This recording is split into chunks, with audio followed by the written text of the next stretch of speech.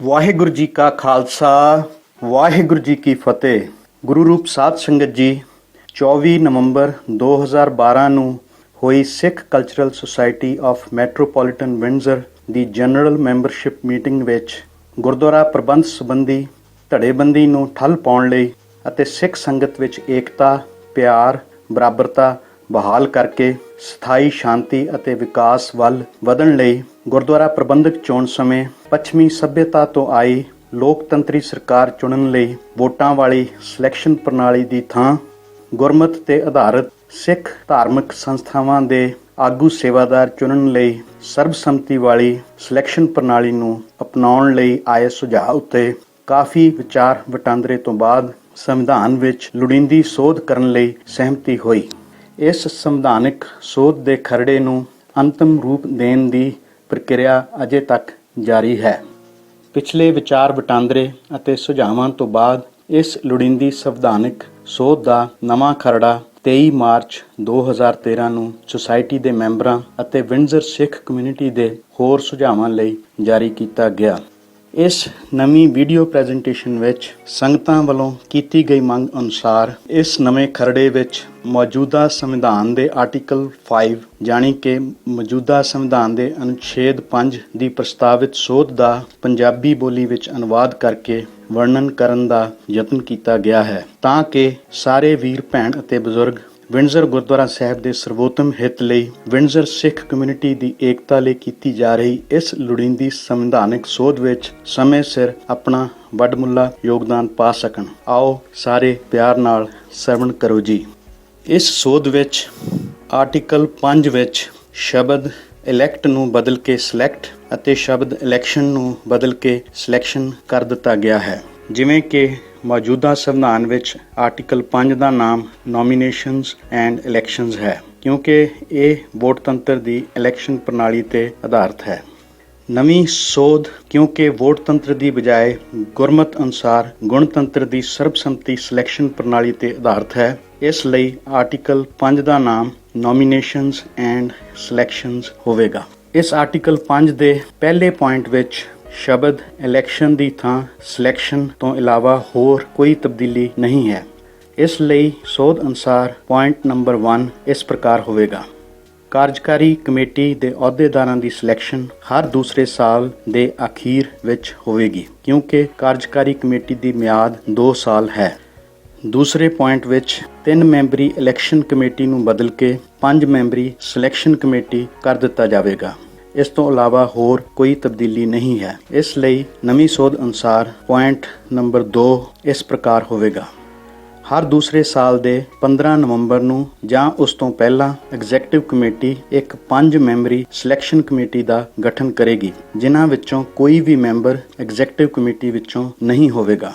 ਤੀਸਰੇ ਅਤੇ ਚੌਥੇ ਪੁਆਇੰਟ ਵਿੱਚ ਸ਼ਬਦ ਇਲੈਕਸ਼ਨ ਦੀ ਥਾਂ ਸਿਲੈਕਸ਼ਨ ਤੋਂ ਇਲਾਵਾ ਹੋਰ ਕੋਈ ਤਬਦੀਲੀ ਨਹੀਂ ਹੈ। ਇਸ ਲਈ ਸੋਧ ਅਨੁਸਾਰ ਪੁਆਇੰਟ 3 ਅਤੇ 4 ਇਸ ਪ੍ਰਕਾਰ ਹੋਵੇਗਾ। ਪੁਆਇੰਟ ਨੰਬਰ 3 ਸਿਲੈਕਸ਼ਨ ਕਮੇਟੀ ਦੇ ਮੈਂਬਰ ਆਪਣੀ ਮਿਆਦ ਦੌਰਾਨ ਐਗਜ਼ੈਕਟਿਵ ਕਮੇਟੀ ਵਿੱਚ ਆਉਣ ਲਈ ਯੋਗ ਨਹੀਂ ਹੋਣਗੇ। ਪੁਆਇੰਟ ਨੰਬਰ 4 ਸਿਲੈਕਸ਼ਨ ਕਮੇਟੀ ਕੋਲ ਇਮਾਨਦਾਰੀ ਅਤੇ ਸਾਫ਼ ਸੁਥਰੇ ਤਰੀਕੇ ਨਾਲ ਸਿਲੈਕਸ਼ਨ ਪ੍ਰਕਿਰਿਆ ਪੂਰੀ ਕਰਨ ਲਈ ਲੋੜੀਂਦੇ ਅਧਿਕਾਰ ਹੋਣਗੇ ਅਤੇ ਐਗਜ਼ੈਕਟਿਵ ਕਮੇਟੀ ਸਿਲੈਕਸ਼ਨ ਕਮੇਟੀ ਨੂੰ ਪੂਰਾ ਸਹਿਯੋਗ ਦੇਵੇਗੀ। ਪੰਜਵੇਂ ਪੁਆਇੰਟ ਵਿੱਚ ਸਿਧਾਂਤਕ ਤੌਰ ਤੇ ਕੋਈ ਤਬਦੀਲੀ ਨਹੀਂ ਹੈ, ਪਰ ਇਹ ਵਾਅਦਾ ਕੀਤਾ ਗਿਆ ਹੈ ਕਿ ਨਾਮਜ਼ਦ ਵਿਅਕਤੀ ਨੂੰ ਨਾਮਜ਼ਦਗੀ ਦੀ ਦਰਖਾਸਤ ਵਿੱਚ ਕਾਰਜਕਾਰੀ ਕਮੇਟੀ ਵਿੱਚ ਸੇਵਾ ਕਰਨ ਲਈ ਉਸ ਵੱਲੋਂ ਉਸ ਦੀ ਸਮਰੱਥਾ ਅਤੇ ਵਚਨਬੱਧਤਾ ਦੇ ਇੱਕ ਇਕਰਾਰਨਾਮੇ ਤੇ ਦਸਤਖਤ ਕਰਨੇ ਪੈਣਗੇ ਤਾਂ ਕਿ ਕਾਰਜਕਾਰੀ ਕਮੇਟੀ ਜਾਣੀ ਕਿ ਐਗਜ਼ੈਕਟਿਵ ਕਮੇਟੀ ਵਿੱਚ ਆਉਣ ਵਾਲਿਆਂ ਨੂੰ ਆਪਣੀ ਜ਼ਿੰਮੇਵਾਰੀ ਦਾ ਪੂਰਾ ਅਹਿਸਾਸ ਹੋਵੇ। ਇਸ ਲਈ ਨਵੀਂ ਸੋਧ ਅਨੁਸਾਰ ਪੁਆਇੰਟ ਨੰਬਰ 5 ਇਸ ਪ੍ਰਕਾਰ ਹੋਵੇਗਾ। ਸਿਲੈਕਸ਼ਨ ਕਮੇਟੀ ਐਗਜ਼ੈਕਟਿਵ ਕਮੇਟੀ ਲਈ ਨਾਮਜ਼ਦਗੀ ਪੱਤਰ ਪ੍ਰਾਪਤ ਕਰੇਗੀ ਅਤੇ ਨਾਮਜ਼ਦਗੀਆਂ ਨਵੰਬਰ ਦੇ ਅੰਤ ਤੋਂ ਪਹਿਲਾਂ ਸਿਲੈਕਸ਼ਨ ਕਮੇਟੀ ਦੇ ਹੱਥਾਂ ਵਿੱਚ ਪਹੁੰਚਣੀਆਂ ਚਾਹੀਦੀਆਂ ਹਨ। ਹਰ ਨਾਮਜ਼ਦਗੀ ਲਈ ਇੱਕ ਨਾਮ ਪੇਸ਼ ਕਰਨ ਵਾਲਾ ਅਤੇ ਇੱਕ ਉਸ ਦੀ ਹਾਮੀ ਭਰਨ ਜਾਣੀ ਕਿ ਤਾਇਦ ਕਰਨ ਵਾਲਾ ਹੋਣਾ ਚਾਹੀਦਾ ਹੈ ਅਤੇ ਨਾਮਜ਼ਦ ਵਿਅਕਤੀ ਵੱਲੋਂ ਇੱਕ ਲਿਖਤੀ ਮਨਜ਼ੂਰੀ ਹੋਣੀ ਲਾਜ਼ਮੀ ਹੈ, ਜਿਸ ਲਈ ਹਰ ਨਾਮਜ਼ਦ ਵਿਅਕਤੀ ਆਪਣੇ ਨਾਮਜ਼ਦਗੀ ਪੱਤਰ ਅੰਦਰ ਹੇਠ ਲਿਖੇ ਬਿਆਨ ਤੇ ਦਸਤਖਤ ਕਰੇਗਾ ਜਾਂ ਕਰੇਗੀ। ਇਸ ਬਿਆਨ ਨੂੰ ਚੰਗੀ ਤਰ੍ਹਾਂ ਸਮਝਣ ਦੇ ਲਈ ਆਓ ਇੱਕ ਮਿਸਾਲ ਲਈਏ। ਮੰਨ ਲਓ ਇੱਕ ਉਮੀਦਵਾਰ ਦਾ ਨਾਮ ਪ੍ਰੀਤਮ ਸਿੰਘ ਹੈ ਅਤੇ ਉਸ ਨੇ ਲੰਗਰ ਸੇਵਾ ਲਈ 2014 ਅਤੇ 15 ਦੀ ਐਗਜ਼ੈਕਟਿਵ ਕਮੇਟੀ ਲਈ ਨਾਮਜ਼ਦਗੀ ਪੱਤਰ ਭਰਿਆ ਹੈ। ਸੋ ਉਸ ਦਾ ਜੋ ਇਕਰਾਰਨਾਮਾ ਜਾਂ ਬਿਆਨ ਇਸ ਪ੍ਰਕਾਰ ਹੋਵੇਗਾ। ਮੈਂ ਪ੍ਰੀਤਮ ਸਿੰਘ ਐਗਜ਼ੈਕਟਿਵ ਕਮੇਟੀ ਵਿੱਚ ਲੰਗਰ ਸੇਵਾ ਦੇ ਅਹੁਦੇ ਲਈ ਆਪਣੀ ਨਿਯੁਕਤੀ 2014 ਤੋਂ 2015 ਸਾਲ ਦੇ ਸਮੇਂ ਲਈ ਮਨਜ਼ੂਰ ਕਰਦਾ ਹਾਂ। ਮੈਂ ਸੁਸਾਇਟੀ ਦੇ ਟੀਚਿਆਂ ਅਤੇ ਉਦੇਸ਼ਾਂ ਨੂੰ ਚੰਗੀ ਤਰ੍ਹਾਂ ਸਮਝਦਾ ਹਾਂ ਅਤੇ ਜੇਕਰ ਮੈਂ ਐਗਜ਼ੈਕਟਿਵ ਕਮੇਟੀ ਲਈ ਚੁਣਿਆ ਜਾਂਦਾ ਹਾਂ ਤਾਂ ਮੈਂ ਇਹਨਾਂ ਟੀਚਿਆਂ ਅਤੇ ਉਦੇਸ਼ਾਂ ਦੀ ਪ੍ਰਾਪਤੀ ਲਈ ਪੂਰੀ ਇਮਾਨਦਾਰੀ ਨਾਲ ਯਤਨ ਕਰਾਂਗਾ। ਮੈਂ ਐਗਜ਼ੈਕਟਿਵ ਕਮੇਟੀ ਦੇ ਬਾਕੀ ਮੈਂਬਰਾਂ ਨਾਲ ਪੂਰਾ ਸਹਿਯੋਗ ਕਰਾਂਗਾ ਅਤੇ ਐਗਜ਼ੈਕਟਿਵ ਕਮੇਟੀ ਵੱਲੋਂ ਸੁਸਾਇਟੀ ਦਾ ਸੇਵਾ ਪ੍ਰਬੰਧ ਚਲਾਉਣ ਲਈ ਕੀਤੇ ਜਾਂਦੇ ਫੈਸਲਿਆਂ ਨੂੰ ਮੰਨਣ ਦਾ ਪਾਬੰਦ ਹੋਵਾਂਗਾ। ਮੈਂ ਇਹ ਵਾਅਦਾ ਕਰਦਾ ਹਾਂ ਕਿ ਮੈਂ ਸਿੱਖ ਕਲਚਰਲ ਸੁਸਾਇਟੀ ਆਫ ਮੈਟਰੋਪੋਲੀਟਨ ਵਿੰਡਜ਼ਰ ਦੇ ਸਾਰੇ ਮਾਮਲਿਆਂ ਵਿੱਚ ਸਿੱਖ ਰਹਿਤ ਮਰਿਆਦਾ ਅਤੇ ਸੰਵਿਧਾਨ ਨੂੰ ਮੰਨਣ ਦਾ ਪਾਬੰਦ ਹੋਵਾਂਗਾ। ਮੈਂ ਇਹ ਜਾਣਦਾ ਹਾਂ ਕਿ ਚੁਣੇ ਜਾਣ ਜਾਂ ਸਿਲੈਕਟ ਹੋਣ ਲਈ ਮੇਰਾ ਸੁਸਾਇਟੀ ਦਾ ਬੋਨਾਫਾਈਡੀ ਮੈਂਬਰ ਹੋਣਾ ਜ਼ਰੂਰੀ ਹੈ। 6ਵੇਂ ਪੁਆਇੰਟ ਵਿੱਚ ਵੀ ਸਿਰਫ ਸ਼ਬਦਾਂ ਦੀ ਵੱਖਰੀ ਚੋਣ ਤੋਂ ਬਿਨਾਂ ਕੋਈ ਤਬਦੀਲੀ ਨਹੀਂ ਹੈ। ਕੇਵਲ right to vote and be voted in the elections ਨੂੰ ਬਦਲ ਕੇ ਰਾਈਟ ਟੂ ਨੋਮੀਨੇਟ ਔਰ be nominated in the selections ਕਰ ਦਿੱਤਾ ਜਾਵੇਗਾ। ਇਸ ਲਈ ਨਵੀਂ ਸੋਧ ਅਨੁਸਾਰ ਪੁਆਇੰਟ ਨੰਬਰ 6 ਇਸ ਪ੍ਰਕਾਰ ਹੋਵੇਗਾ। ਕੇਵਲ ਤੇ ਕੇਵਲ ਸੁਸਾਇਟੀ ਦੇ ਬੋਨਾਫਾਈਡੀ ਮੈਂਬਰ ਹੀ ਐਗਜ਼ੈਕਟਿਵ ਕਮੇਟੀ ਲਈ ਕਿਸੇ ਨੂੰ ਨਾਮਜ਼ਦ ਕਰਨ ਅਤੇ ਆਪ ਨਾਮਜ਼ਦ ਹੋਣ ਲਈ ਹੱਕਦਾਰ ਹੋਣਗੇ। 7ਵੇਂ ਪੁਆਇੰਟ ਵਿੱਚ ਵੀ ਕੋਈ ਸਿਧਾਂਤਕ ਤਬਦੀਲੀ ਨਹੀਂ ਹੈ, ਪਰ ਇੱਥੇ ਇੱਕ ਵੱਡੀ ਇੰਪਰੂਵਮੈਂਟ ਇਹ ਹੈ ਕਿ ਨਵੀਂ ਸੋਧ ਅਨੁਸਾਰ ਨੋਮੀਨੇਸ਼ਨਾਂ ਦੀ ਲਿਸਟ ਡਾਕ ਰਾਹੀਂ ਮੈਂਬਰਾਂ ਨੂੰ ਭੇਜਣ ਦੀ ਬਜਾਏ ਨੋਟਿਸ ਬੋਰਡ ਉੱਤੇ ਲਗਾ ਦਿੱਤੀ ਜਾਵੇਗੀ ਅਤੇ ਕਿਸੇ ਵੀ ਵਿਸ਼ੇਸ਼ ਅਹੁਦੇ ਦੀ ਸੇਵਾ ਲਈ ਇੱਕ ਤੋਂ ਵੱਧ ਨਾਮਜ਼ਦਗੀਆਂ ਹੋਣ ਦੀ ਸੂਰਤ ਵਿੱਚ ਉਮੀਦਵਾਰਾਂ ਨੂੰ ਆਪਸ ਵਿੱਚ ਗੱਲਬਾਤ ਲਈ ਸਰਬਸੰਮਤੀ ਕਰਨ ਲਈ ਉਤਸ਼ਾਹਿਤ ਅਤੇ ਬੇਨਤੀ ਕਰਨ ਦਾ ਯਤਨ ਹੋਵੇਗਾ। ਇਸ ਲਈ ਨਵੀਂ ਸੋਧ ਅਨੁਸਾਰ ਪੁਆਇੰਟ ਨੰਬਰ 7 ਇਸ ਪ੍ਰਕਾਰ ਹੋਵੇਗਾ। ਦਸੰਬਰ ਦੇ ਪਹਿਲੇ ਐਤਵਾਰ ਜਾਂ ਉਸ ਤੋਂ ਪਹਿਲਾਂ ਸਾਰੇ ਨਾਮਜ਼ਦ ਵਿਅਕਤੀਆਂ ਦੇ ਨਾਵਾਂ ਦੀ ਸੂਚੀ ਸੁਸਾਇਟੀ ਦੇ ਨੋਟਿਸ ਬੋਰਡ ਉੱਪਰ ਲਗਾ ਦਿੱਤੀ ਜਾਵੇਗੀ। ਜੇਕਰ ਕਿਸੇ ਵੀ ਵਿਸ਼ੇਸ਼ ਅਹੁਦੇ ਦੀ ਸੇਵਾ ਲਈ ਇੱਕ ਤੋਂ ਵੱਧ ਨਾਮਜ਼ਦਗੀਆਂ ਆਈਆਂ ਹੋਣਗੀਆਂ ਤਾਂ ਸਿਲੈਕਸ਼ਨ ਕਮੇਟੀ ਉਹਨਾਂ ਸਾਰੇ ਪ੍ਰਤਿਆਸ਼ੀਆਂ ਨੂੰ ਆਪਸ ਵਿੱਚ ਗੱਲਬਾਤ ਨਾਲ ਸਰਬਸੰਮਤੀ ਕਰਨ ਲਈ ਉਤਸ਼ਾਹਿਤ ਅਤੇ ਬੇਨਤੀ ਕਰੇਗੀ ਤਾਂ ਕਿ ਇੱਕ ਨਾਮ ਉੱਤੇ ਸਹਿਮਤੀ ਬਣ ਸਕੇ। 8ਵੇਂ ਪੁਆਇੰਟ ਵਿੱਚ ਵੀ ਕੋਈ ਸਿਧਾਂਤਕ ਤਬਦੀਲੀ ਨਹੀਂ ਹੈ, ਪਰ ਥੋੜੀ ਇੰਪਰੂਵਮੈਂਟ ਇਹ ਹੈ ਕਿ ਸਿਲੈਕਸ਼ਨ ਪ੍ਰਕਿਰਿਆ ਇਲੈਕਸ਼ਨ ਪ੍ਰਕਿਰਿਆ ਵਾਂਗ ਮੈਂਬਰਾਂ ਦੀ ਇਕੱਤਰਤਾ ਵਿੱਚ ਹੋਣ ਦੀ ਬਜਾਏ ਐਤਵਾਰ ਦੇ ਦੀਵਾਨ ਵਿੱਚ ਹੋਵੇਗੀ ਤਾਂ ਕਿ ਉੱਥੇ ਮੈਂਬਰਾਂ ਤੋਂ ਇਲਾਵਾ ਸਾਰੀ ਸੰਗਤ ਸ਼ਾਮਲ ਹੋ ਸਕੇ। ਸੋ ਇਸ ਲਈ ਨਵੀਂ ਸੋਧ ਅਨੁਸਾਰ ਪੁਆਇੰਟ ਨੰਬਰ 8 ਇਸ ਪ੍ਰਕਾਰ ਹੋਵੇਗਾ। ਸਿਲੈਕਸ਼ਨ 31 ਦਸੰਬਰ ਤੋਂ ਪਹਿਲਾਂ ਕਿਸੇ ਐਤਵਾਰ ਦੇ ਦੀਵਾਨ ਦੌਰਾਨ ਸੁਸਾਇਟੀ ਦੀ ਇੱਕ ਜਨਰਲ ਇਕੱਤਰਤਾ ਵਿੱਚ ਹੋਵੇਗੀ। 9ਵੇਂ ਤੋਂ ਲੈ ਕੇ 13ਵੇਂ ਪੁਆਇੰਟਾਂ ਵਿੱਚ ਵੱਡੀ ਅਤੇ ਮੁੱਖ ਤਬਦੀਲੀ ਹੈ।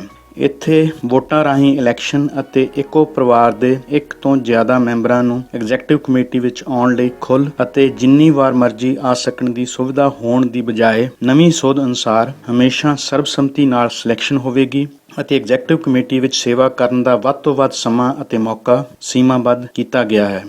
ਇਸ ਨਵੀਂ ਸੋਧ ਅਨੁਸਾਰ ਪੁਆਇੰਟ ਨੰਬਰ 9 ਤੋਂ ਲੈ ਕੇ 13 ਤੱਕ ਇਸ ਪ੍ਰਕਾਰ ਹੋਣਗੇ।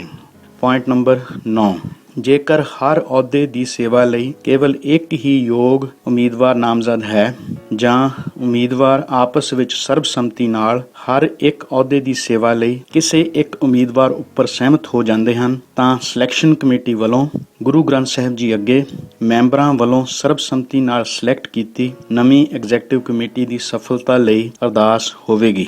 ਫਿਰ ਸਾਰੇ ਨਵੇਂ ਸਿਲੈਕਟ ਹੋਏ ਸੇਵਾਦਾਰਾਂ ਦੇ ਨਾਮ ਸੰਗਤ ਵਿੱਚ ਐਲਾਨੇ ਜਾਣਗੇ ਅਤੇ ਸੰਗਤ ਵੱਲੋਂ ਬੋਲੇ ਸੋ ਨਿਹਾਲ ਸਤਿ ਸ੍ਰੀ ਅਕਾਲ ਦੇ ਜੈਕਾਰਿਆਂ ਨਾਲ ਉਹਨਾਂ ਦੀ ਸਿਲੈਕਸ਼ਨ ਦੀ ਸਹਿਮਤੀ ਅਤੇ ਪ੍ਰਵਾਨਗੀ ਦਿੱਤੀ ਜਾਵੇਗੀ।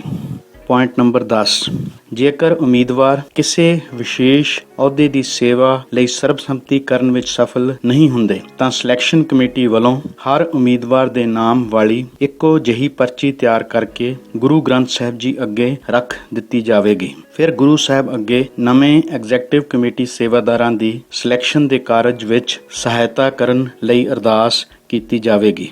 ਫਿਰ ਕਿਸੇ ਬੱਚੇ ਨੂੰ ਕੋਈ ਇੱਕ ਪਰਚੀ ਉਠਾਉਣ ਲਈ ਅਤੇ ਉਹ ਨਾਮ ਵਾਲੀ ਪਰਚੀ ਸੰਗਤ ਵਿੱਚ ਉੱਚੀ ਬੋਲ ਕੇ ਦੱਸਣ ਲਈ ਕਿਹਾ ਜਾਵੇਗਾ। ਜੇ ਲੋੜ ਹੋਵੇ ਤਾਂ ਇਹ ਪ੍ਰਕਿਰਿਆ ਹੋਰ ਅਹੁਦਿਆਂ ਲਈ ਵੀ ਦੁਹਰਾਈ ਜਾ ਸਕਦੀ ਹੈ। ਫਿਰ ਸਾਰੇ ਨਵੇਂ ਸਿਲੈਕਟ ਹੋਏ ਸੇਵਾਦਾਰਾਂ ਦੇ ਨਾਮ ਸੰਗਤ ਵਿੱਚ ਐਲਾਨੇ ਜਾਣਗੇ ਅਤੇ ਸੰਗਤ ਵੱਲੋਂ ਬੋਲੇ ਸੋ ਨਿਹਾਲ ਸਤਿ ਸ੍ਰੀ ਅਕਾਲ ਦੇ ਜੈਕਾਰਿਆਂ ਨਾਲ ਉਹਨਾਂ ਦੀ ਸਿਲੈਕਸ਼ਨ ਦੀ ਸਹਿਮਤੀ ਅਤੇ ਪ੍ਰਵਾਨਗੀ ਦਿੱਤੀ ਜਾਵੇਗੀ। ਪੁਆਇੰਟ ਨੰਬਰ 11, ਸਿਲੈਕਸ਼ਨ ਕਮੇਟੀ ਨਵੇਂ ਸਿਲੈਕਟ ਹੋਏ ਐਗਜ਼ੈਕਟਿਵ ਕਮੇਟੀ ਮੈਂਬਰਾਂ ਦੇ ਨਾਮ ਨੋਟਿਸ ਬੋਰਡ ਉੱਪਰ ਲਗਾ ਦੇਵੇਗੀ। ਪੁਆਇੰਟ ਨੰਬਰ 12, ਐਗਜ਼ੈਕਟਿਵ ਕਮੇਟੀ ਮੈਂਬਰਾਂ ਅਤੇ ਉਹਨਾਂ ਦੇ ਸੰਬੰਧਿਤ ਅਹੁਦਿਆਂ ਜਾਂ ਦਫ਼ਤਰਾਂ ਦਾ ਕਾਰਜਕਾਲ ਸਮਾਂ ਸੀਮਾਬੱਧ ਹੋਵੇਗਾ। ਕੋਈ ਵੀ ਐਗਜ਼ੈਕਟਿਵ ਕਮੇਟੀ ਮੈਂਬਰ ਇੱਕ ਅਹੁਦੇ ਲਈ ਲਗਾਤਾਰ ਇੱਕ ਵਾਰੀ ਤੋਂ ਵੱਧ ਸਿਲੈਕਟ ਨਹੀਂ ਹੋ ਸਕਦਾ। ਇੱਕ ਸਮੇਂ ਉੱਪਰ ਇੱਕ ਨੇੜਲੇ ਪਰਿਵਾਰ ਜਿਵੇਂ ਕਿ ਪਤੀ ਪਤਨੀ, ਬੱਚੇ, ਭੈਣ ਭਰਾ, ਮਾਪੇ ਆਦਿਕ ਦਾ ਕੇਵਲ ਇੱਕ ਹੀ ਮੈਂਬਰ ਐਗਜ਼ੈਕਟਿਵ ਕਮੇਟੀ ਵਿੱਚ ਸੇਵਾ ਕਰ ਸਕਦਾ ਹੈ। ਪੁਆਇੰਟ ਨੰਬਰ 13, ਇੱਕ ਨੇੜਲੇ ਪਰਿਵਾਰ ਦੇ ਮੈਂਬਰ ਐਗਜ਼ੈਕਟਿਵ ਕਮੇਟੀ ਵਿੱਚ ਸੇਵਾ ਲਈ ਲਗਾਤਾਰ 2 ਵਾਰੀ ਤੋਂ ਵੱਧ ਸਿਲੈਕਟ ਨਹੀਂ ਹੋ ਸਕਦੇ। ਇੱਕ ਨੇੜਲੇ ਪਰਿਵਾਰ ਦੇ ਕਿਸੇ ਵੀ ਮੈਂਬਰ ਵੱਲੋਂ ਲਗਾਤਾਰ 2 ਵਾਰ ਭਾਵ ਕਿ 4 ਸਾਲ ਸੇਵਾ ਕਰਨ ਤੋਂ ਬਾਅਦ ਉਸ ਪਰਿਵਾਰ ਦੇ ਸਾਰੇ ਮੈਂਬਰਾਂ ਨੂੰ ਐਗਜ਼ੈਕਟਿਵ ਕਮੇਟੀ ਵਿੱਚ ਫਿਰ ਦੁਬਾਰਾ ਸੇਵਾ ਕਰਨ ਲਈ ਘੱਟੋ ਘੱਟ 4 ਸਾਲ ਲਈ ਇੰਤਜ਼ਾਰ ਕਰਨਾ ਹੋਵੇਗਾ। 14ਵੇਂ ਪੁਆਇੰਟ ਵਿੱਚ ਕੋਈ ਵੀ ਤਬਦੀਲੀ ਨਹੀਂ ਹੈ, ਇਸ ਲਈ ਪੁਆਇੰਟ ਨੰਬਰ 14 ਉਸੇ ਤਰ੍ਹਾਂ ਹੀ ਰਹੇਗਾ। ਪੁਆਇੰਟ ਨੰਬਰ 14, ਐਗਜ਼ੈਕਟਿਵ ਕਮੇਟੀ ਦੇ ਕਿਸੇ ਵੀ ਮੈਂਬਰ ਦੀ ਮੌਤ, ਅਸਤੀਫੇ ਜਾਂ ਕਿਸੇ ਹੋਰ ਕਾਰਨ ਕਰਕੇ ਐਗਜ਼ੈਕਟਿਵ ਕਮੇਟੀ ਵਿੱਚ ਅਹੁਦਾ ਖਾਲੀ ਹੋਣ ਉੱਪਰ ਐਗਜ਼ੈਕਟਿਵ ਕਮੇਟੀ ਕਿਸੇ ਹੋਰ ਮੈਂਬਰ ਨੂੰ ਉਸ ਖਾਲੀ ਅਹੁਦੇ ਲਈ ਨਿਯੁਕਤ ਕਰ ਸਕਦੀ ਹੈ ਜਾਂ ਐਗਜ਼ੈਕਟਿਵ ਕਮੇਟੀ ਵਿੱਚੋਂ ਹੀ ਕਿਸੇ ਮੈਂਬਰ ਨੂੰ ਇਸ ਖਾਲੀ ਅਹੁਦੇ ਦੀ ਜ਼ਿੰਮੇਵਾਰੀ ਸੌਂਪ ਸਕਦੀ ਹੈ। 15ਵੇਂ ਪੁਆਇੰਟ ਵਿੱਚ ਕੋਈ ਸਿਧਾਂਤਕ ਤਬਦੀਲੀ ਨਹੀਂ ਹੈ, ਬਲਕਿ ਇਸ ਵਿੱਚ ਹੋਰ ਸੁਧਾਰ ਕਰਕੇ ਪੁਰਾਣੀ ਕਮੇਟੀ ਵੱਲੋਂ ਨਵੀਂ ਕਮੇਟੀ ਨੂੰ ਸੇਵਾ ਸੰਭਾਲਣ ਦੀ ਪ੍ਰਕਿਰਿਆ ਦੌਰਾਨ sequence of events the Puri timeline set ਕਰਕੇ ਇਸ ਟ੍ਰਾਂਜੀਸ਼ਨ ਪ੍ਰੋਸੈਸ ਵਿੱਚ ਹੋਰ ਕਲੈਰਿਟੀ ਅਤੇ ਸਰਟਨਟੀ ਲਿਆਉਣ ਦਾ ਯਤਨ ਕੀਤਾ ਗਿਆ ਹੈ। ਇਸ ਲਈ ਨਵੀਂ ਸੋਧ ਅਨੁਸਾਰ ਪੁਆਇੰਟ ਨੰਬਰ 15 ਇਸ ਪ੍ਰਕਾਰ ਹੋਵੇਗਾ। ਮੌਜੂਦਾ ਐਗਜ਼ੈਕਟਿਵ ਕਮੇਟੀ ਦੇ ਸੇਵਾਦਾਰ ਆਪਣੇ ਅਹੁਦਿਆਂ ਤੇ ਉਦੋਂ ਤੱਕ ਸੇਵਾ ਕਰਦੇ ਰਹਿਣਗੇ ਜਦੋਂ ਤੱਕ ਨਵੀਂ ਐਗਜ਼ੈਕਟਿਵ ਕਮੇਟੀ ਸਿਲੈਕਟ ਨਹੀਂ ਹੋ ਜਾਂਦੀ ਅਤੇ ਆਪਣੀ ਸੇਵਾ ਸੰਭਾਲ ਨਹੀਂ ਲੈਂਦੀ। ਬਾਹਰ ਜਾਣ ਵਾਲੀ ਐਗਜ਼ੈਕਟਿਵ ਕਮੇਟੀ ਨਵੀਂ ਐਗਜ਼ੈਕਟਿਵ ਕਮੇਟੀ ਦੇ ਸਿਲੈਕਟ ਹੋ ਜਾਣ ਤੋਂ ਬਾਅਦ ਹਰ ਹਾਲਤ ਵਿੱਚ ਜਨਵਰੀ ਦੇ ਪਹਿਲੇ ਐਤਵਾਰ ਤੱਕ ਨਵੀਂ ਕਮੇਟੀ ਨੂੰ ਪ੍ਰਬੰਧਕ ਸੇਵਾ ਦੀ ਜ਼ਿੰਮੇਵਾਰੀ ਸੌਂਪ ਦੇਵੇਗੀ। ਬਾਹਰ ਜਾਣ ਵਾਲੀ ਐਗਜ਼ੈਕਟਿਵ ਕਮੇਟੀ ਆਪਣੇ ਕੋਲ ਮੌਜੂਦ ਸਾਰਾ ਰਿਕਾਰਡ ਅਤੇ ਹੋਰ ਪ੍ਰਬੰਧਕੀ ਸਮਾਨ ਹਰ ਹਾਲਤ ਵਿੱਚ ਜਨਵਰੀ ਦੇ ਚੌਥੇ ਐਤਵਾਰ ਤੱਕ ਨਵੀਂ ਚੁਣੀ ਐਗਜ਼ੈਕਟਿਵ ਕਮੇਟੀ ਨੂੰ ਸੌਂਪ ਦੇਵੇਗੀ। ਨਵੀਂ ਐਗਜ਼ੈਕਟਿਵ ਕਮੇਟੀ ਦੀ ਸਿਲੈਕਸ਼ਨ ਦੇ ਦਿਨ ਤੋਂ ਸ਼ੁਰੂ ਹੋਏ ਇਸ ਟ੍ਰਾਂਜੀਸ਼ਨ ਪੀਰੀਅਡ ਦੌਰਾਨ ਬਾਹਰ ਜਾਣ ਵਾਲੀ ਐਗਜ਼ੈਕਟਿਵ ਕਮੇਟੀ ਸਿਰਫ ਰੋਜ਼ਾਨਾ ਕੰਮਕਾਰ ਚਲਾਉਣ ਵਾਲੇ ਜ਼ਰੂਰੀ ਖਰਚੇ ਹੀ ਕਰੇਗੀ ਅਤੇ ਕੋਈ ਵੱਡਾ ਮਹੱਤਵਪੂਰਨ ਫੈਸਲਾ ਨਹੀਂ ਕਰੇਗੀ। 16ਵੇਂ ਪੁਆਇੰਟ ਵਿੱਚ ਕੋਈ ਵੀ ਤਬਦੀਲੀ ਨਹੀਂ ਹੈ, ਇਸ ਕਰਕੇ ਪੁਆਇੰਟ ਨੰਬਰ 16 ਉਸੇ ਤਰ੍ਹਾਂ ਹੀ ਰਹੇਗਾ। ਪੁਆਇੰਟ ਨੰਬਰ 16, ਸਾਲਾਨਾ ਜਨਰਲ ਇਕੱਤਰਤਾ ਵਿੱਚ 2 ਆਨਰੇਰੀ ਆਡੀਟਰ ਜਨਰਲ ਮੈਂਬਰਸ਼ਿਪ ਵਿੱਚੋਂ ਨਿਯੁਕਤ ਕੀਤੇ ਜਾਣਗੇ। ਇਹ ਆਡੀਟਰ ਐਗਜ਼ੈਕਟਿਵ ਕਮੇਟੀ ਦੇ ਮੈਂਬਰ ਨਹੀਂ ਹੋ ਸਕਦੇ।